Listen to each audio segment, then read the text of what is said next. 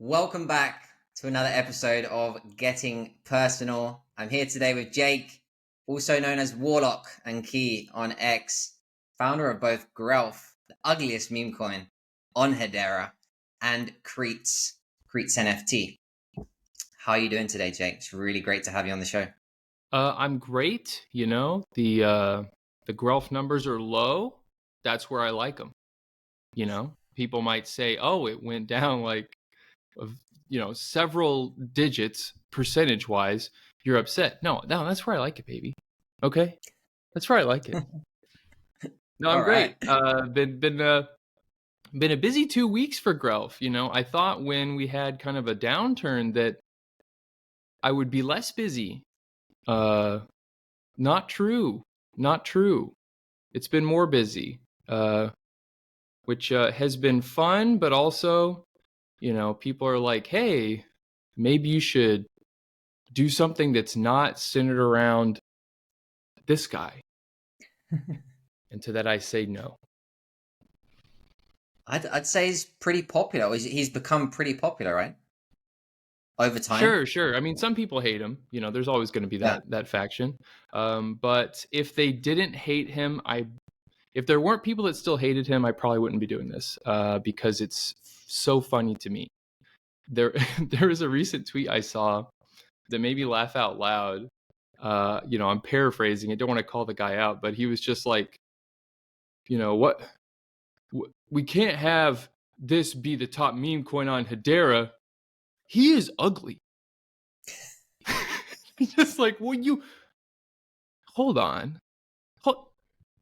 He's ugly? And then I made that tweet. It's like, oh, why didn't anyone tell me? I've been putting so much work into this. He's been ugly the whole time. So there's some people that have a very visceral reaction to him. But that's art, right? That's what you want. You want some people to feel something when you make something. It's a lot easier to turn hate to love than apathy either way. So There's something about that polarization as well, right? Was that intentional? Like the love-hate relationship of this character when you put it together? Because there's something about that, right? So that was something that appeared. I didn't anticipate I didn't anticipate the strong visceral reaction. I made him for a promotional video. I had gotten tired of doing my warlock voice and my little cloak promotional videos for Creets, and I was like, I got to do something else. I can do another voice, and I thought of a really funny voice in the shower, and I just started giggling to myself like a crazy person. Just thought of like, what's the worst voice if someone was selling something? Would you immediately just like, it doesn't matter if they're like selling you air when you can't breathe, like you're like, I don't know if I should trust that. So I picked that voice, and then I was like, well, I can't use my face for the video. So Dolly 2 had just come out, and this is like 10-15 minutes. I already had the recording before I was going to put the video out, and I just searched gross, ugly, balding man, and just like found one that looked kind of good and just kept like hitting variation, and he popped up, and there's just something about him. He's been changed a bit since then. He was a little rough and ready. I don't know if you've used Dolly when it first came out, but like there's always like weird little stuff that they would like put in things because it wasn't very advanced. So he's been changed and altered and fixed up a bit. His eyes used to be messed up. But something struck me about him. I made the video, and then afterwards, I just like kept looking at him. There was just something that just stuck with me. And then I got DMs from people after the video came out, like, what is that? Don't use that. And of course, then I was like, okay, I got to make another video with him quick. What's his name? Came up with his name, came up with his little backstory, how he fit into the Creets universe. He's a Creets mega fan now. Loves it. Warlock hates him. And I've started putting him in more videos. The Creets 2 mint was coming up, and they're like, you should, because my What is Creets video is kind of professional. It's just me talking about my experience. And they're like, why don't you do more of those? Stop putting that weird guy in stuff. It's destroying your brand. Which is funny in retrospect. Yeah. considering he's such a massive part of my brand.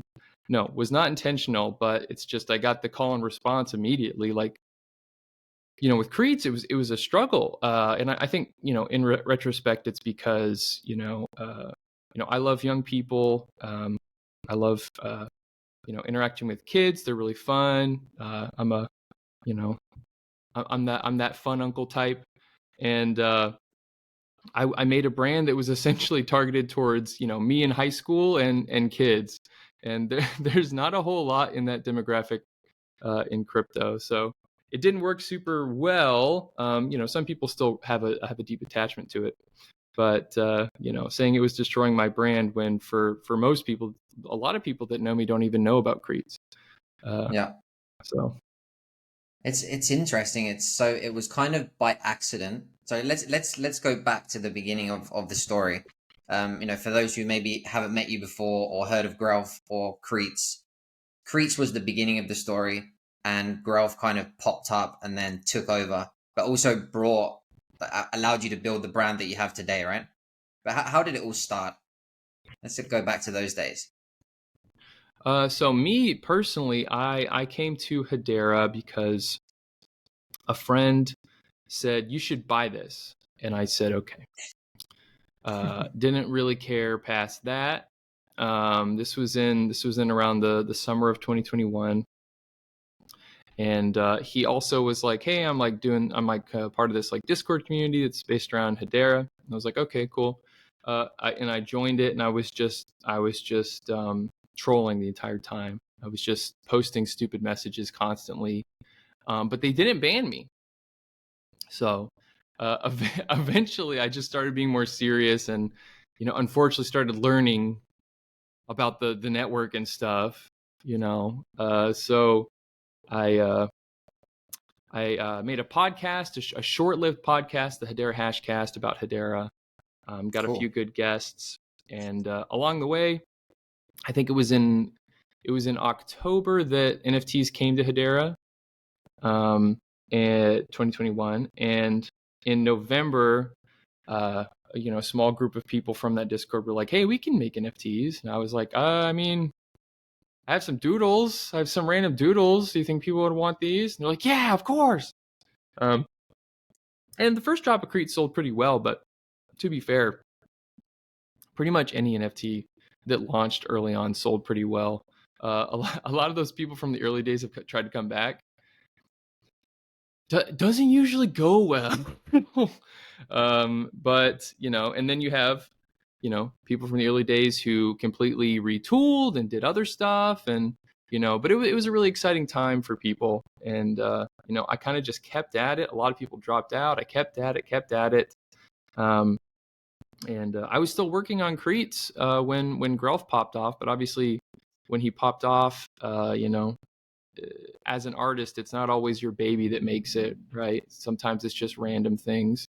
Yeah. So I had to go where that energy was, but I mean, Cretes is still a big part of my life. I will return to Cretes.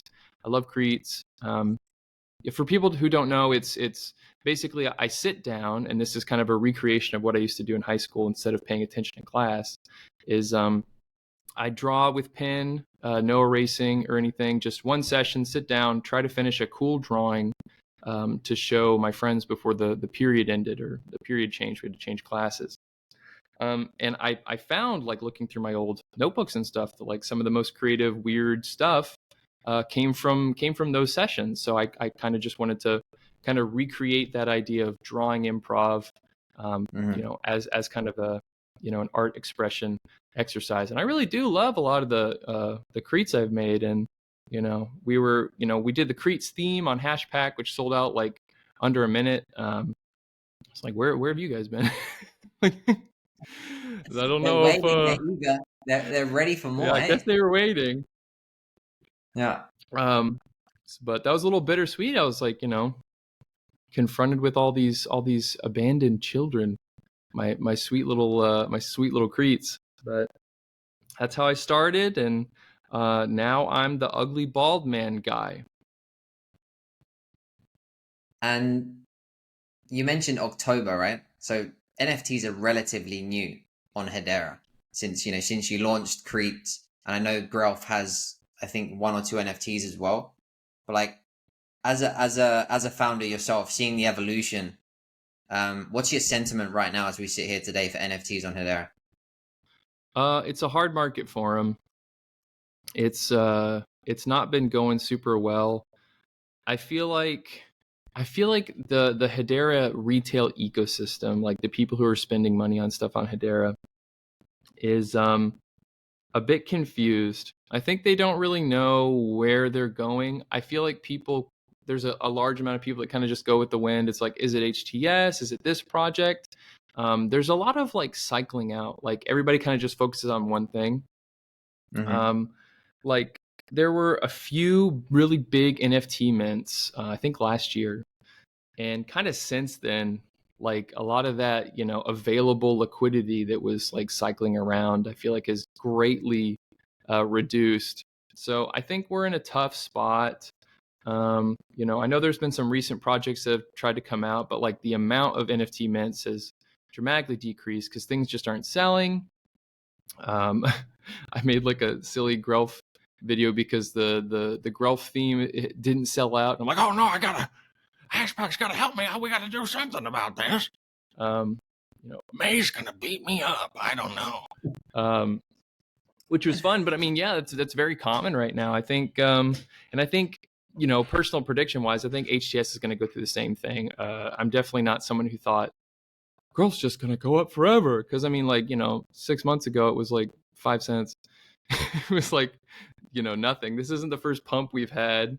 Everything goes in cycles. I think when Pack comes out, that's gonna wreck a lot of other HTS projects because everybody's gonna be like, boom, let's get into this thing because their NFT sale went so well. And once again, like when a big NFT sale goes really well, for stuff following it up, it's like, well, that that's been spent over there. So I think that'll be interesting to see for HTS. I think we're going to get a bit of a downturn as people kind of just funnel into one place, which I guess, I don't know. They see it as a safer investment, but a lot of times that just ends up kind of removing a lot of general momentum from the markets in general in our little bubble. So yeah, we definitely have more features than back then. I mean, things were rough. Making NFTs was rough. Looking at NFTs was rough. Half the time they wouldn't load the image. But things are definitely better as far as any kind of performance. But yeah, the market's tough for NFTs right now. Yeah, and with GRELF, when the character came to life, was it clear straight away that GRELF was a meme coin? That character was going to become a meme coin? Like, what made you go that route? What has shaped you to launch a token? Like, where did that come from? It's fairly simple. No, I did not think that was going to happen originally. But it was when I got such a negative response, and even my fellow community members of that Discord were just like, stop talking about it. And I can like share this screenshot with you. I was talking to a friend, Healthy Cheekums. Shout out to Cheekums is his name. I was talking to him, and I have the exact date where the idea formulated. I said something along the lines of, all these people hate Gerbert the GRELF. I'm going to find a way to make them love him. And the way in my mind, this didn't work, by the way, when it first launched. The way in my mind was tie some kind of arbitrary value to him, and people will justify their purchase of this dumb thing and say, well, like you think it's just random that I'm deciding to buy this in the hopes that maybe it'll go up. No, actually, I like him. No, I like the ugly bald guy. Actually, no, if you get to know him, and that totally happened. It didn't happen immediately. GRELF was a failure on launch. It was a failure for the first 6 months of its life. Part of that is because it never got, well, not never, but until like a 6 months mark, it never got listed as an extended token on Saucer Swap. And I thought it was because they just didn't want to. I like submitted the form a million times, and you know, I kept DMing them about it, and months passed, and I felt bad about the people who had bought GRELF, and it was just like really not worth anything. So I started a thing where, because I had some GRELF NFTs that I made like a while ago, which was just like a collection of like kind of the first images I had of him. Not super high effort. There was only 66. And I think I was like, give me 666 GRELF, which is like 100 H bar or something. I think the floor is like still like 4K H bar now, and they don't do anything. But I started giving them like 100 GRELF a day. Just like, you know, it's not worth much, but hey, you know, whatever. And while I was doing that, I contacted SaucerSwap. I was like, hey, can we get this listed on the extended list? I mean, it's kind of, you know, it's kind of sad. And they're like, oh, no, we had a whole new form. Did you not fill out the new form? And I was like, well, I mean, no, I didn't. I mean, okay. So I filled that out. I was like, okay, hey guys, get me listed. That's cool. And previously I had told people like, you know, they're not going to list it. You know, cut your losses if you can. I mean, I'm not going to pull liquidity or anything, but you know, it doesn't have a future, guys. Sorry. And shortly after that 100 GRELF a day, I did have to reduce because that became a little too much. And I still to this day think that, because I changed it to 70 GRELF a week, and I still think to this day, I mean, I don't know if there's any NFT staking thing that has been as profitable as those 66 GRELF NFTs, because, you know, not to, even if you didn't wait till it was $1.70, but like, I mean, people are getting 70 a week for 6 months, not counting the like month or so that they were getting like 100 a day. That's a lot of GRELF. I sent out like over 100,000 GRELF through that. So I think that's like, you know, pretty good. But I did have to stop it because I was like, guys, I mean, it's just constant sell pressure. And I'm glad I stopped it. Well, I mean, I said I was going to do 6 months. You know, it's, you know, I'm not like, cease. I said, I'm going to do 6 months. We're going to do 6 months. And I did it. Some people do have to stop theirs early for reasons, but I did my 6 months. I did my time. All right. I did my time. But yeah, did not think he was going to become a meme coin originally. I just thought, if something has some kind of value associated to it, people will change whatever they think about anything. And that, I think, has evolved from that. To some people genuinely like him.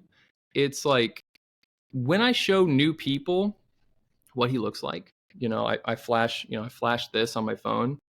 I get really visceral and not good responses. The most recent one I got was immediately, within like less than a second of seeing him, oh, put that away, nightmares. Like, just nightmares, put it away, my nightmares. But I can't see him like that anymore. Like, my brain has been rewired. I actually, I can't see him the way that people see him. Like, to me, legitimately, this looks like a little sweetheart. He looks sweet to me. And like, Definitely part of that's like the growing. characters loaded into my mind, and sometimes I mumble to myself in GRELF voice in public. But I, you know, beauty is in the eye of the beholder, and especially Absolutely. the GRELF holder. Doesn't he wink at you in the wallet as well? Like it's animated? He Like blinks and he smiles. blinks. Yeah. Exactly. Like what other meme coin does that? Like you got that personal connection with GRELF in your wallet every day, whenever you want. I mean, you know, you Something gotta else. you gotta build that connection. No, and you know, the concept for the wallet theme was just like, let's just make that even more so. It doesn't get obnoxious, like, you know, please buy the wallet theme. It's actually selling pretty well, considering how things are, and the fact that it's like a GRELF wallet. Not a lot of people want to look at him all the time. He doesn't pop up constantly, I will say. It's pretty random, but like sometimes 10-20 minutes will go by and then you'll kind of forget about it, and then you'll be like on Syntax and be like, oh. Just like from all sides, you're not safe. So that was fun. Just like making it even more so was fun with the GRELF wallet theme. For sure. I mean, you've definitely got to be having a ton of fun with this, and just putting stuff out and seeing what response you get, and just kind of building from there and exploring the possibilities. I'd love to touch on the topic itself, Memecoin. Like, now that you've had this experience with GRELF, what's your take? Because a lot of people, and it still boggles my mind to this day, how some meme coins have a bigger market cap than entire networks. Like Hedera. Some not, if meme coins outside of Hedera. I saw that, was it Whiff Hat? That meme coin. Yeah, dog with hat. Dog with hat, like in the top 30, right?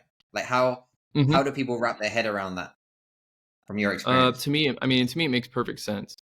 Okay. I'm not just saying that because I have a meme coin. Say you're a person on the street. Okay, you'll be my person. Hey, we've got a new coin to invest in. Okay, so we've got Arlax. We've got Arlax network. Now Arlax is the cheapest, it's the fastest. It's, the transactions are all ordered in the right way.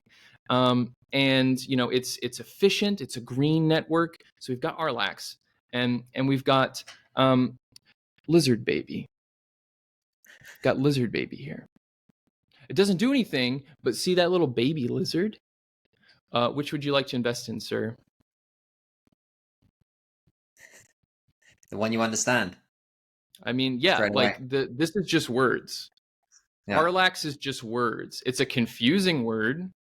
I'm already bored by not even the third sentence. The second sentence, I'm out. A lizard baby, I can understand that immediately. I got a picture in my mind immediately, and it even comes with a picture. It's just, if you are just throwing money into crypto, you don't know anything about it, what's easier to understand? There's so many options. Everyone says their thing is the best, and it's like, okay, how do you prove it? Well, go watch this 30-hour YouTube deep dive on it, and once that's finished, you'll know why Arlax is the best. Or I could just buy 5,000 baby lizard coins, and there you go. I mean, it's a dog with a hat. Looks good on him. Fits him. It's just easy to understand. How it gets to that big level, I mean, part of that is that, it's a fairly low amount of liquidity, so the market cap is inflated a bit.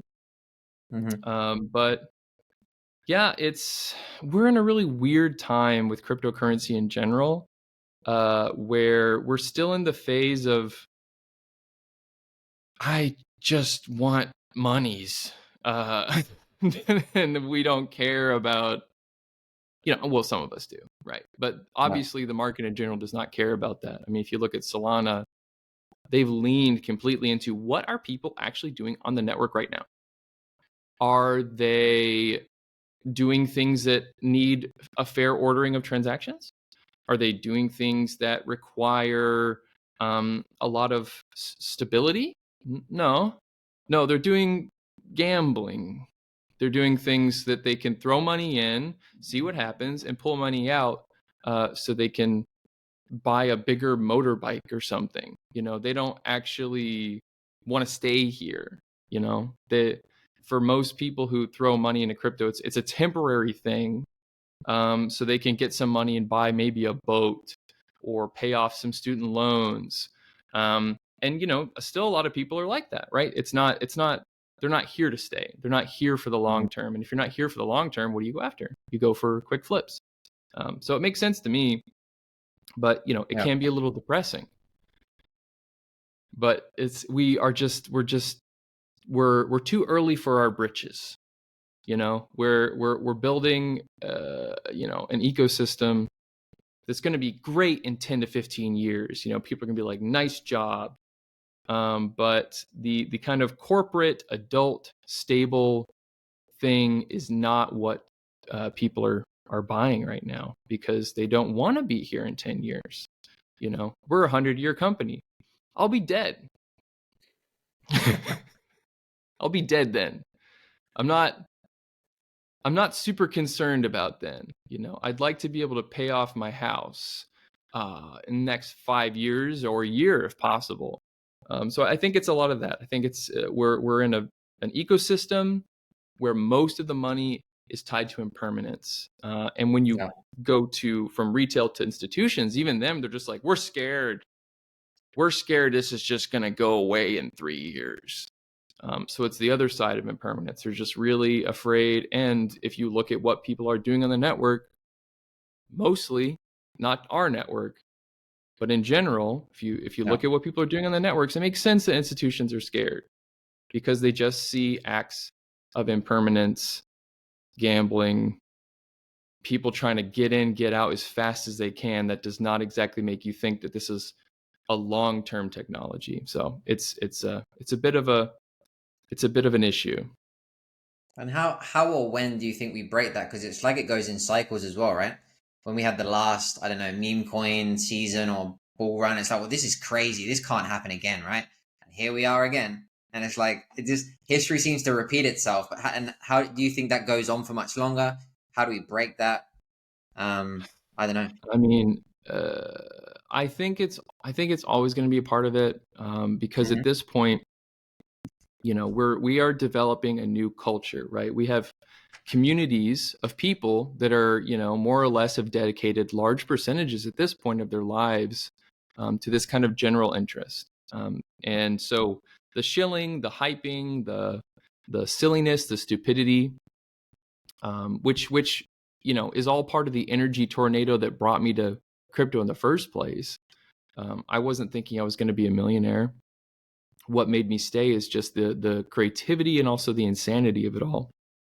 I like when things don't make sense. It's funny. So I think it's always going to be a part of it. I mean, the big shift will happen when there's something that people are like, okay, I'm going to have to incorporate this into my life. So, you know, with AI, it was giving people who can't write a way to have 18,000 pages of well-structured nothing.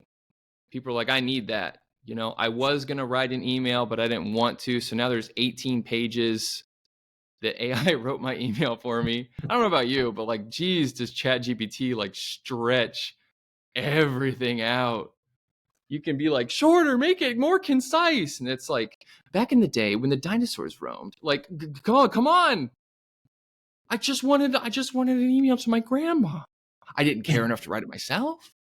But can you care for me? You know, for AI, it was an obvious benefit quickly. For crypto, it's obviously not the same because, you know, we're a financial system. We're trying to be the new version of finance, and finance is boring, and finance is not something that a lot of people want to deal with. I mean, if you see how many people have finance issues, they love putting them off. they love it. You know, pay off my credit card. Maybe I'll just wait till inflation gets bad enough it's like basically gone, you know, which is not exactly a non-valid strat these days. So yeah, it's you know, there's a lot of people talk about we want cryptocurrency or our cryptocurrency or our network to be like electricity, where it's like this is just useful and you just plug in, you can't see it. I agree that that's important, but if we want that kind of cultural shift to happen, then yes, we do need a moment where it's very clearly and obviously something that we have to incorporate into our lives. And I don't think that's going to come from a financial benefit area. I don't think the shift is going to come from, look how much money you're losing out on by not getting involved. Because for a lot of people, that kind of sales pitch is not attractive. That's the reason a lot of people make fun of Web3 games. And I think rightly so. That's the reason a lot of people make fun of crypto in general, because it's, if you've ever been beaten down by life, somebody saying like you'll get all this money just out of the thin air is not, that's someone trying to take advantage of you, right? That's what you've been taught.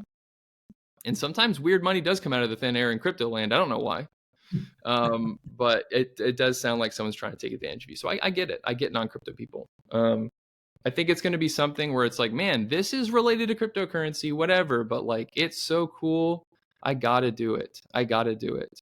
The slow transferring of like existing infrastructure to blockchain is not going to be a compelling cultural shift.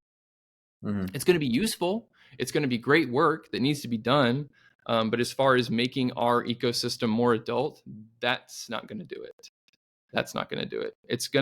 We need something to feel snooty about.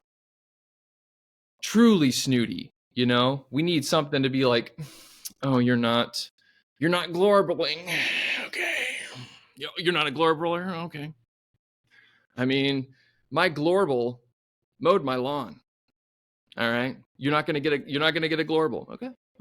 No, I mean, no, stay off the global network. Yeah. Leave your dishes undone. Because my global's working for me. You know, we need something that people can talk about and feel snooty about and write a research paper about. Because right now it's just, we're trying to be useful. And who cares about that? It's a good question. I have a random question right now. As I've been listening in this interview, and I probably laughed or smiled more than any other interview. Have you done stand up? Is there a part of you that's a comedian? There's definitely a part of me that's a comedian. I have not done stand up. I feel like that would be terrifying. I mean, I love comedy. I've always loved comedy. I used to. I'm a published playwright. I have a master's of fine arts in theater, which probably is not a huge surprise. But believe it or not on the stage much. Mostly just like making weird little shorts and things. Mostly writing. But yeah, I mean, I love comedy. Obviously, you know, with comedy, it's all about a surprise, right? And if it's not a surprise, it's a juxtaposition that gives rise to a surprise. So it's no surprise that with Gerbert the Grelf, he's a very good comedic vehicle, because, you know, he's got the whole "don't judge a book by its cover" thing, but he's also got the maybe the cover didn't have all the information on what we should be judging him by, because there's something going on here that's not right. So he's great.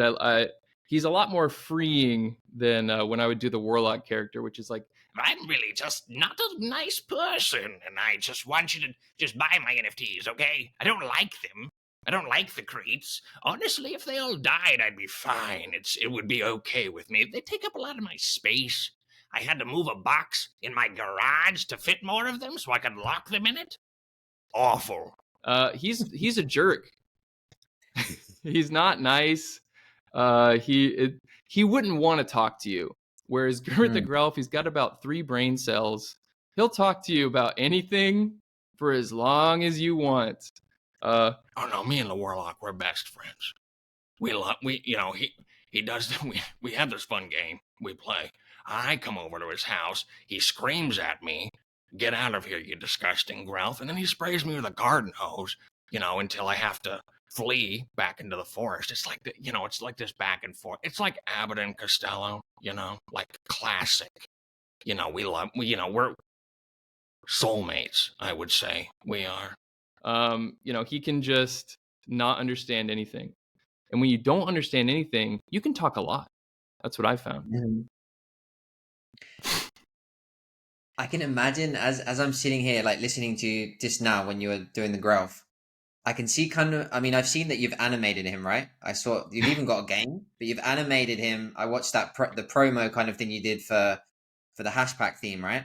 And I can see something like series or talk show or something. Like, I'd love to like pick your brain and dream a little of like how you see the future of Grelf, maybe in 5 years. Like where do you see him? Where would you like to see Grelf?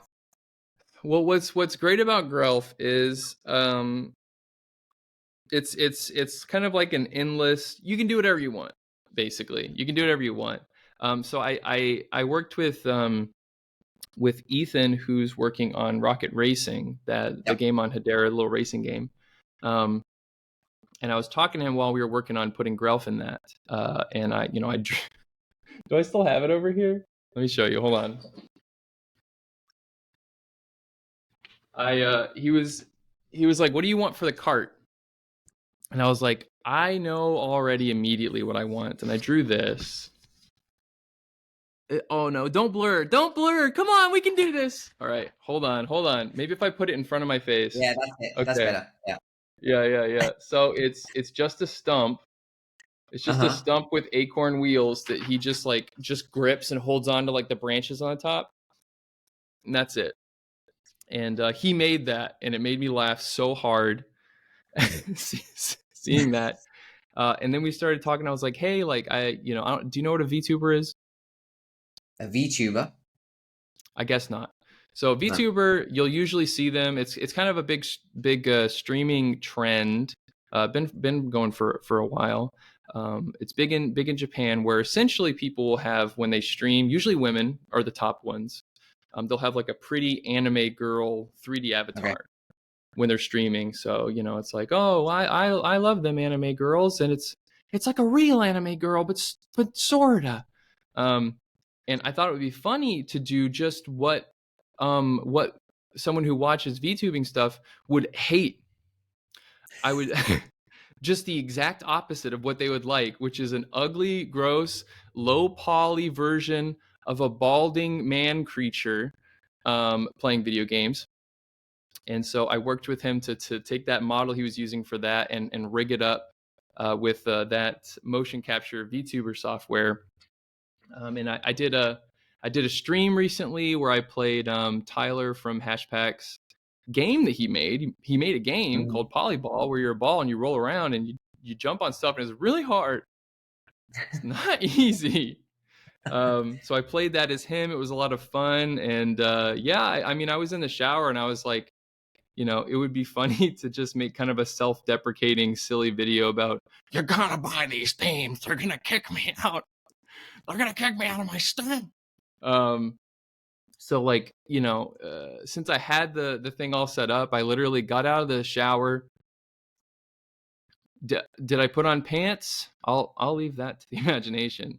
Booted up the webcam, started the recording. I wrote out really quickly before, just like a list of 10 things, just random things, and I pressed record, and I just went. It was a lot of fun.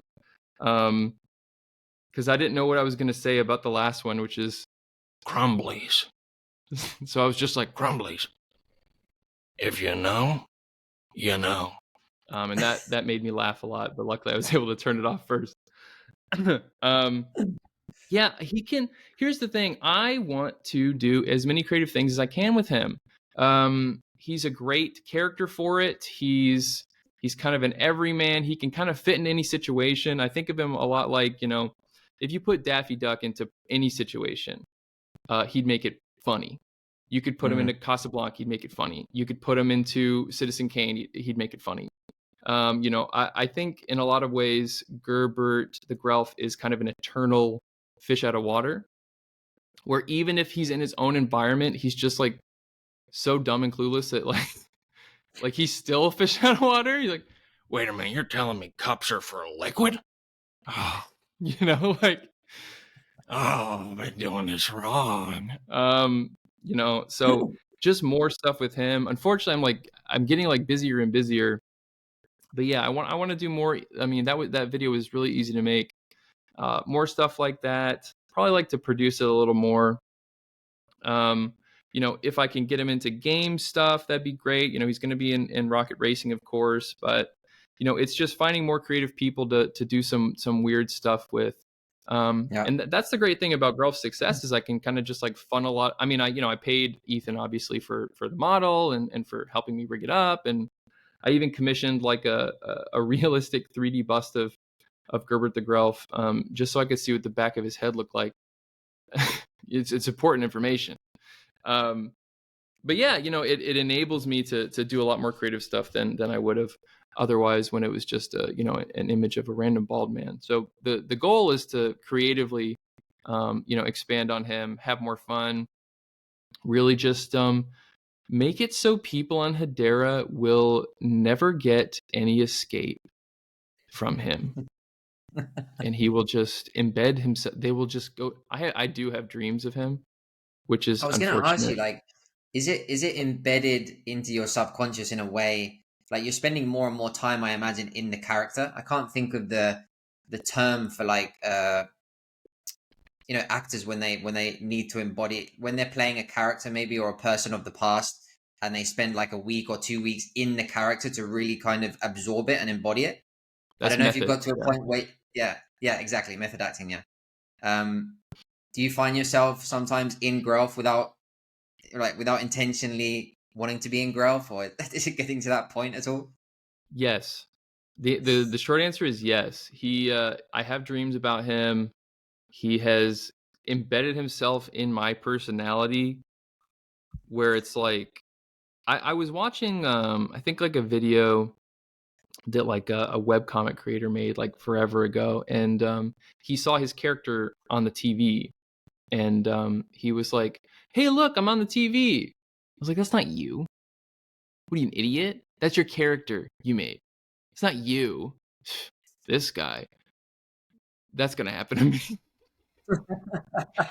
Guys, look, I'm famous, and they just see this ugly, gross, bald weirdo. That's me. Look, I'm on the TV. Like that's totally gonna be me, because I just so closely associate him with myself. I'll break into random GRELF voice when I'm at the grocery store, which is not healthy. You shouldn't be talking to yourself in public, but I can't help it, and I do.